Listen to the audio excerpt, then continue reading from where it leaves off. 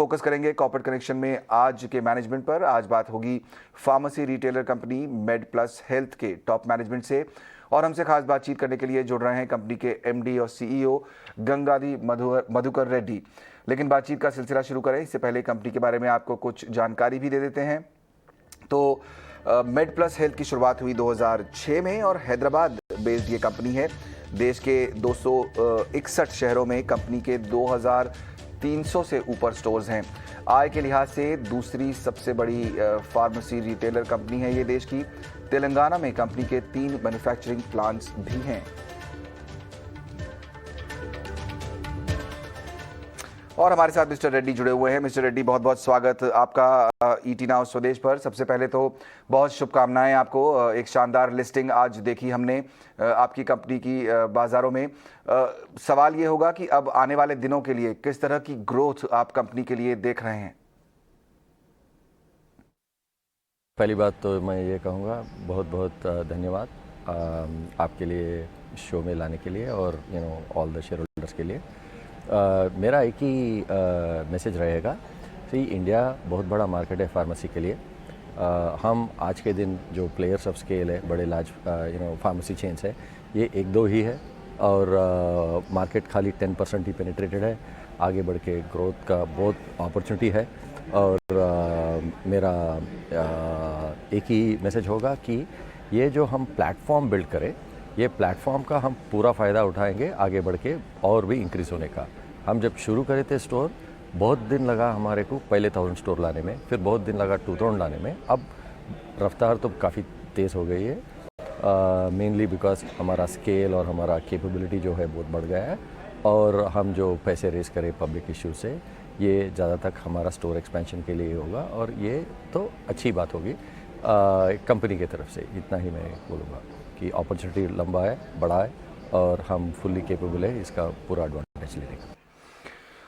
बिल्कुल। जिस तरह की हम जो सिचुएशन इस समय मार्केट की देख रहे हैं, आपसे जानना चाहेंगे कि जो फार्मा स्पेस है वहाँ पर डिमांड ट्रेंड किस तरह के देख रहे हैं? खासतौर पर जो वेलनेस प्रोडक्ट्स हैं वो काफ़ी ज़्यादा आजकल डिमांड में रहते हैं। आपने क्या रीड किया है? नहीं, फार्मा तो आपको मालूम ही है कि जैसा जैसा देश एफ्लुएंट होता जा रहा है, लाइफस्टाइल डिजीज़ेस और भी बढ़ रहे हैं। उससे एक उस कारण बहुत सारे लोग आजकल अनफॉर्चुनेट साइड इफ़ेक्ट है ये एफ्लुएंस का कि बहुत लोग डायबिटीज़ और हाइपरटेंशन वगैरह वगैरह और कोलेस्ट्रोलीमिया के साथ सफ़र होते हैं और ये once they get into the treatment में वो चलता रहेगा। देश में diagnostic aids and all have become very very good, so people are also able to diagnose themselves well. Tier 2, Tier 3, Tier 4 में भी ये पहले जो लास्ट तक आके डायग्नोस हो रहा था, ये आजकल जल्दी हो रहा है और इसके कारण भी मार्केट बहुत बढ़ रहा है।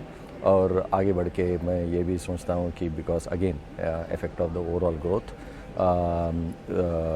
जो लाइफ एक्सपेक्टेंसी है वो भी काफ़ी बढ़ती जा रही है। इससे भी the overall growth of the market will continue to grow. Correct. जैसा आप बता रहे हैं, लाइफ एक्सपेक्टेंसी भी बेहतर हो रही है और वेलनेस का जो स्पेस है वो भी बढ़ता जा रहा है। ऐसे में जो क्लस्टर एक्सपेंशन प्लान्स हैं आपके, वो क्या हैं? हमने देखा कि जो अर्निंग्स हैं वो मोस्टली टियर 1 सिटीज़ से आ रही हैं आपकी। तो जो टियर 2 है, टियर 3 सिटीज़ हैं, छोटे शहर में, वहाँ पर क्या प्लान्स हैं? कुछ नए स्टोर्स आप ऐड करने वाले होंगे वहाँ, कुछ अगर आप गाइडेंस दे पाएँ तो। आज तक तो हमारा जो रहा है 53% of stores are in tier 1 and metro, and tier 2, tier 3, tier 4 में हमारे 47% ऑफ स्टोर्स है। सो इससे साफ मालूम होता है कि हम नॉट जस्ट अपॉर्चुनिटी को दूर से देख रहे हैं, हम ऑलरेडी एक्सपीरियंस्ड है ये छोटे छोटे शहरों में स्टोर्स लगा के प्रॉफिटेबल बनाने में। हम पूरे कामयाब रहे in the past and will continue to do that. So आज के दिन AP तेलंगाना में लास्ट ईयर हमारा 700 स्टोर्स थे। ये ईयर हम कंटिन्यूली ऐड कर रहे हैं। हमारा सोचना है कि ये स्टेट्स में ही हम 1200-1300 स्टोर तक डाल सकते हैं और वैसा ही बाकी जो 7 स्टेट्स है। सो गाइडेंस की बात कहें तो मैं एक ही बात कहूँगा, लास्ट ईयर हम 350 स्टोर ऐड करें, दिस ईयर अब तक हम करीब उससे ज़्यादा ही ऐड करे हैं और हमारा ग्रोथ जो है ऐसा ही रहते रहेगा। इन द सेंस दैट ये फुल ईयर जब तक आएंगे तो 300 we will probably hit around 600 stores or something like that, 700 stores odd. But I don't want to put any numbers out there.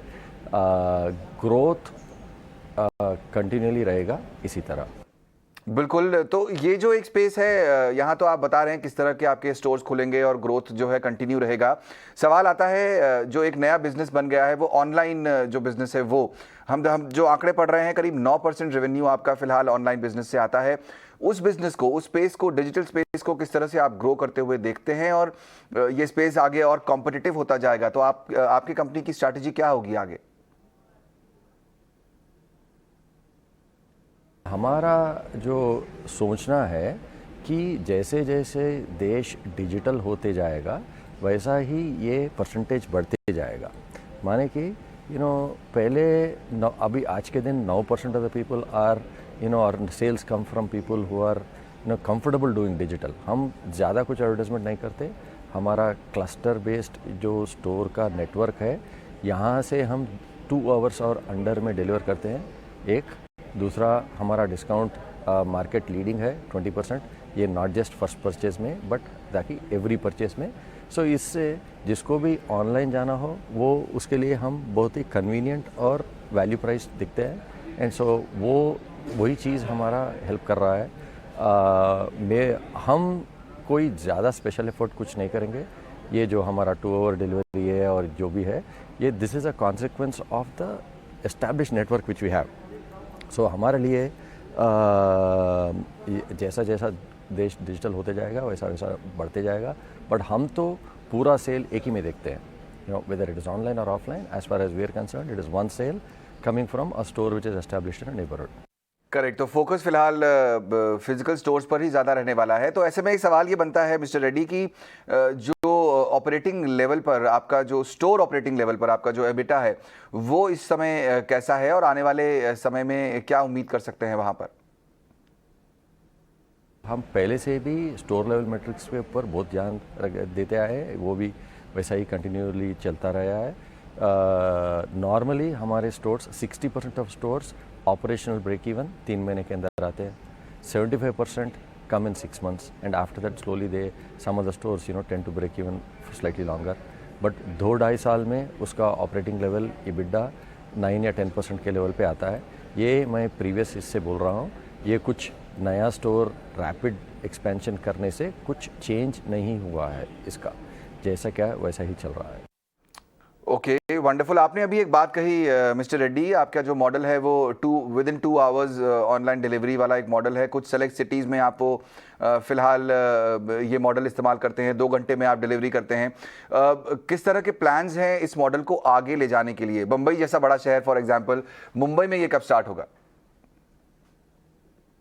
अभी तो मुंबई में स्टार्ट नहीं हुए. ये 2 घंटे का जो डिलीवरी मॉडल है वो एक कॉन्सिक्वेंस है हमारा ये cluster based expansion, cluster based store establishment strategy का.